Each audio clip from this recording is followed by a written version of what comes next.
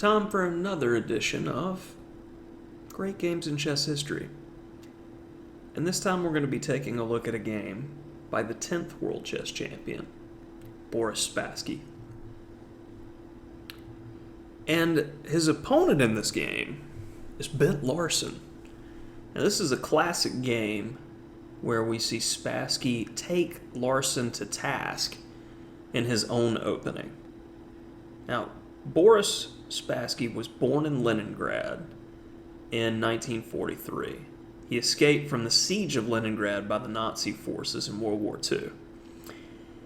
In 1955, he won the World Junior Chess Championship and became a grandmaster, the youngest ever at the time, by virtue of qualifying from the interzonal 1955 for the candidates tournament, and in 1956 tied for first place as Soviet champion, losing the title to Mark Taimanov, becoming the youngest player to ever qualify for the candidates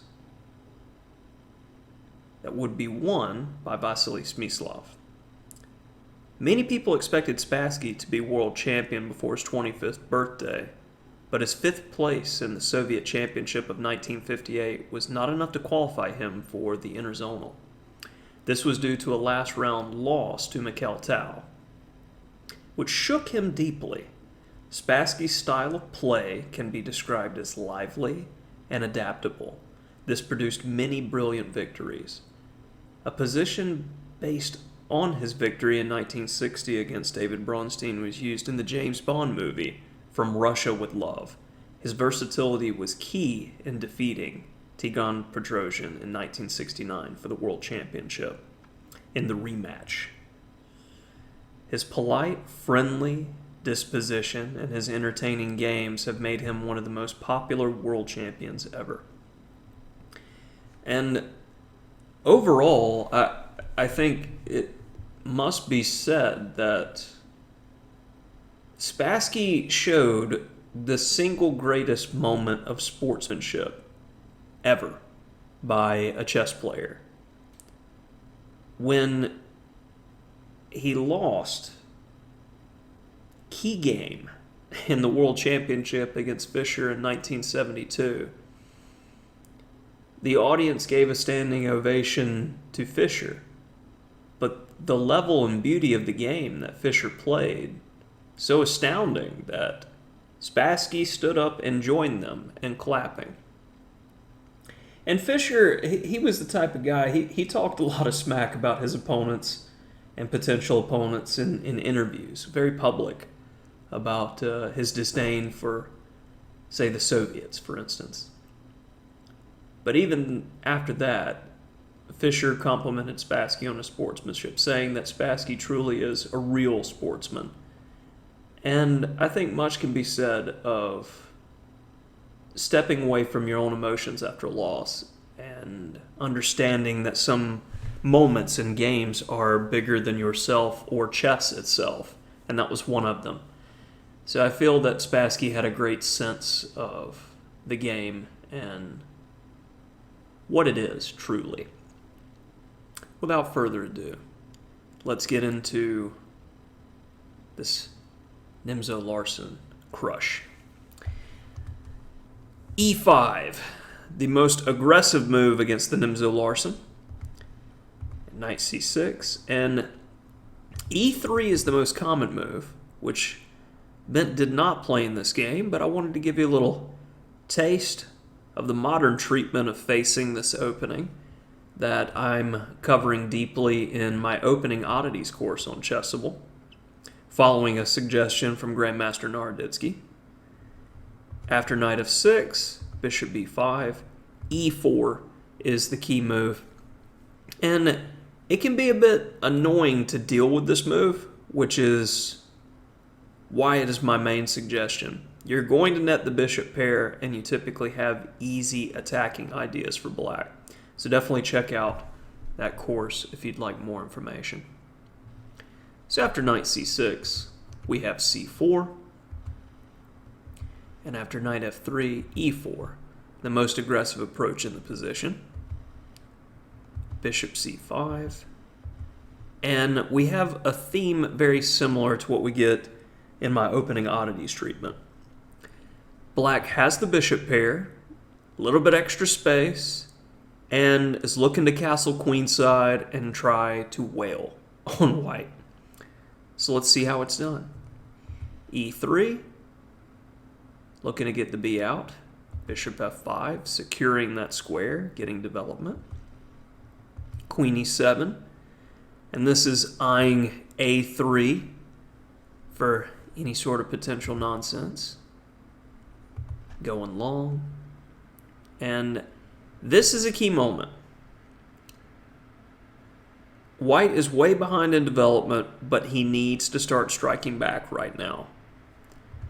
A3 is a necessary, solid move in order to control key squares and to press the knee-jerk reaction. Yeah, you can't have what's going to happen in a moment. That's the knee-jerk reaction. It's coming. It's coming. F4. F4 is the urge to do something. And I'm a big fan of Bent Larsen. I play the Nimzo Larsen a lot, and you guys can see the series that I have on the Nimzo Larsen. But this is bad technique, and this is what starts the downhill fall quickly. What do you play with black here? It's a good moment to pause and figure out what to do. You're fully developed. Now what? Okay, hopefully you took a moment to try to figure out how to press here. And if you found knight g4, cookie for you. You're in a good shape. You're in a good shape. Definitely in great shape here. Pressing the attack and looking to get the queen involved on h4. So g3 stops the queen running in. So okay, we need to crack it open. h5 looking to press. And after h3, how can you keep going here? Hopefully you pause your video, figure out what you would do with black. Knight h6, knight f6. Are you retreating? Or did you find the most aggressive move in the position that can be justified? h4. And Spassky begins to crush Larsen here. White is completely undeveloped, and this is when really bad things happen. H takes g4. H takes, willing to give up the piece. Now, rook g1 was played in the game, but what happens if rook takes h8? After queen h4, white just really doesn't have any good moves here. Where if his king tries to run, we can take with check and pin the bishop on the back rank. If his king doesn't move, we're going to be pushing g2, and we'll have another girl in the position real soon. So after h takes g3, rook g1 was played. And this next move is fantastic. Don't move until you see it. Alright, hopefully you paused your video and found the lovely rook h1. Because it's all about the pawn. And after rook f1, check. And check. White resigns. But why did he resign here? Black to play and win. See if you can find the checkmate. All right, hopefully you found the checkmate. Bishop takes check. When the king goes in the corner, check. Can only block with the queen and mate. And I really liked this quick and easy game by Boris Spassky against Bent Larsen. The attacking ideas were straightforward, and it again goes with that universal style of play. Spassky is just getting a game, getting a position, but his opponent didn't develop. I mean, his queenside knight and rook were never touched in the entire game. And it just goes to show even world-class players can have bad games where they don't follow the principles. And if you don't follow the principles, this is exactly what can happen to you.